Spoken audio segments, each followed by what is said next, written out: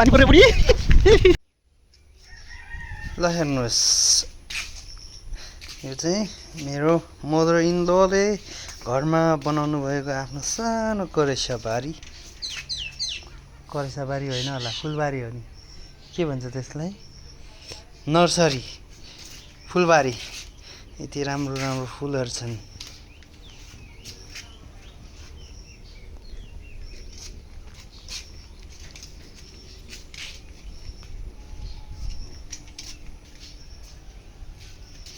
ल खुर्सानी पनि यहीँ रहेको छन् गोलभेडा पनि यहीँ छ र टमाटर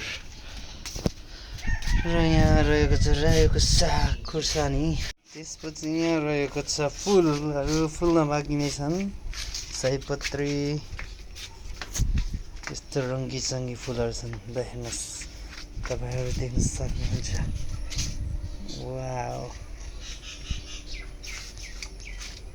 beautiful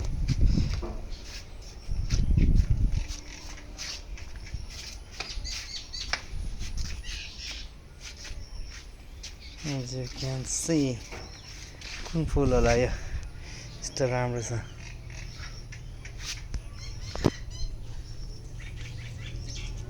यति राम्रो फुल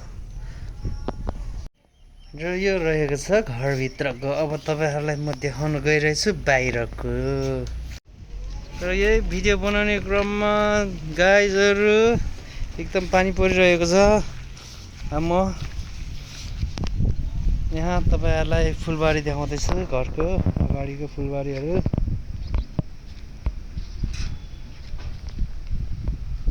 अब एकछिनमा म त्यो बाख्रा थुन्न जाँदै छु गाइजहरु अब आजको मिनी भ्लग हुनेछ यहाँ मेरो on the spot as you can see पानी पर्यो र तपाईहरु देख्दै हुनुहुन्छ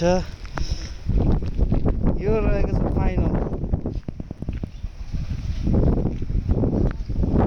पर्यो र म बाख्रा थुन्नलाई म दौडिए गाइस यहाँ एउटा दिदीको बाख्रा पानी परिसकेको छ तपाईहरु देख्न सक्नुहुन्छ अब बाख्राको दाम्रो डोरी म यसरी निकालिसके अब यो भित्र जाँदै छ बाख्राले मलाई तानिसकेको अवस्था छ ए म भुकै अब यसलाई मैले यहाँनिर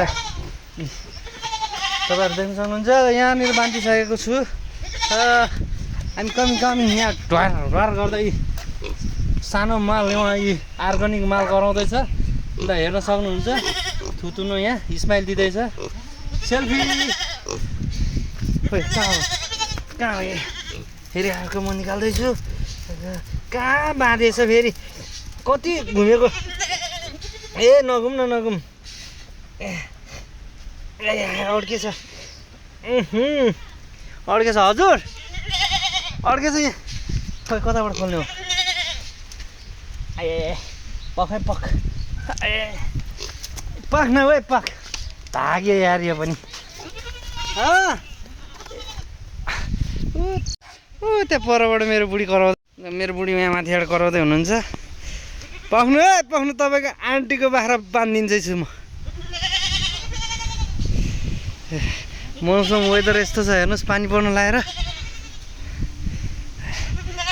अब भ्लगर बन्ने हो भ्लगर गर्नुबाट यस्तो छ पख्नु है पख नतान्ने बिर्सेछु यार बाख्रा तान्न आए पख कहाँ त्यहाँ बाँध्ने ठाउँ खै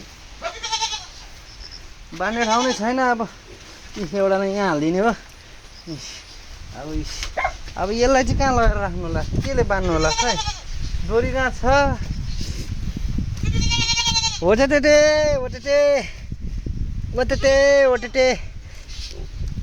थेत्तेरिका यो त निस्किँदैन त हौ डोरी त 1 घन्टा लाग्यो त हो गाइज मलाई पख यता आइज तँलाई चाहिँ यसरी खोलिदिन्छु ल खोलिदिएँ भित्र ओए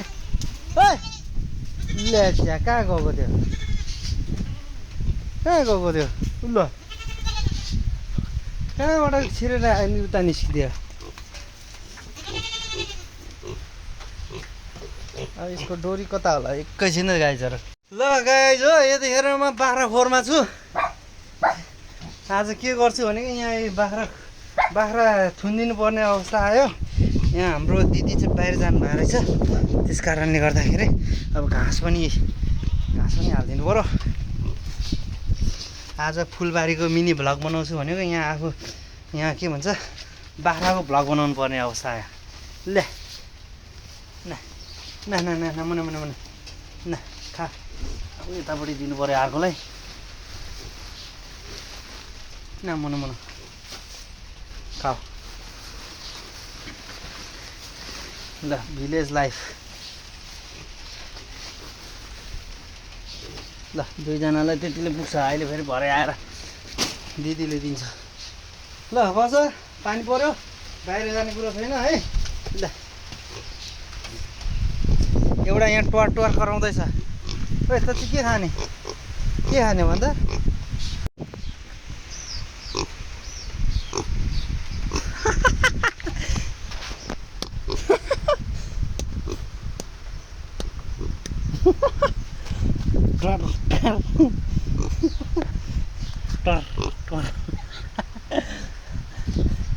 ओहो उतापट्टि ठुलो रहेछ नि त अर्को। छैन पानी पर्या। ओहो गतिलो रहेछ माल गतिलो रहेछ ल यहाँ। ओ ह्यान्डसम के छ ठिक छ के ठिक छ लगाएछ। ऊ पनि जिस्काइयो, सुँगुर पनि जिस्काइयो। ऊ आयो ढ्वार गर्दै, यहाँ देख्न सक्नुहुन्छ ढ्वार गर्दै आयो। ल पानी पनि धेरै पुरै पानी पर्दैछ, अब भाग्नु पर्यो। ल गाइज हो आजको मिनी ब्लग यहीँ इन गर्छु। पानी पर्यो, पानीमा अब भाग्नु पर्यो।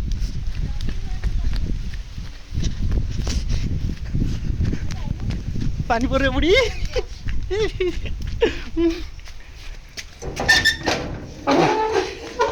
बाई बाई, घरभित्र आइसकेँ म। By by. ऊ रकिटन आइसक्यो। ऊ यसले लात्ता पो हान्छ त, यसले कम्ताको छ यो। यो फटा, यो फटा है तो फटा हेर्नुहोस्। बुढी मेरो बुढी पनि भ्लग बनाउँदैछिन्। बुढी हाई गरिदिनुहोस्। ल मेरो इन्ड भयो, बाई बाई। हुनुहुन्छ पाउनु है, पाउनु तपाईँको आन्टीको बाख्रा बाँधिदिन्छु म यस्तो छ पख्नु है, पख ओ ह्यान्डसम के छ ठिक छ। पानी पर्यो बुढी।